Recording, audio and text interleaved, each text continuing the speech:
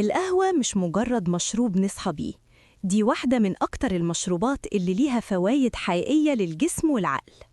الكافيين اللي فيها بينشط الجهاز العصبي وبيزود التركيز والانتباه، وده بيخليك أقدر على الإنجاز ومقاومة التعب. كمان القهوة بتقلل الإحساس بالإرهاق وبتحسن المزاج عن طريق تحفيز إفراز الدوبامين، وده بيخليها مفيدة قبل الشغل أو التمرين. من الفوائد المهمة كمان إنها بترفع معدل الحرق وبتساعد الجسم يستخدم الدهون كمصدر للطاقة. القهوة غنية بمضادات الأكسدة اللي بتحمي الخلايا من الالتهابات وبتدعم صحة القلب والكبد.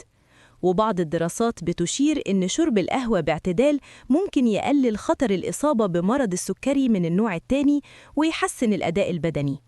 لكن الفايدة الحقيقية بتيجي مع الاعتدال، من غير سكر زيادة ولا إضافات تقيلة. ولو حابب تعرف إزاي تستفيد من القهوة صح، ما تنساش تشترك في القناة وتفعل الجرس علشان يوصلك كل جديد.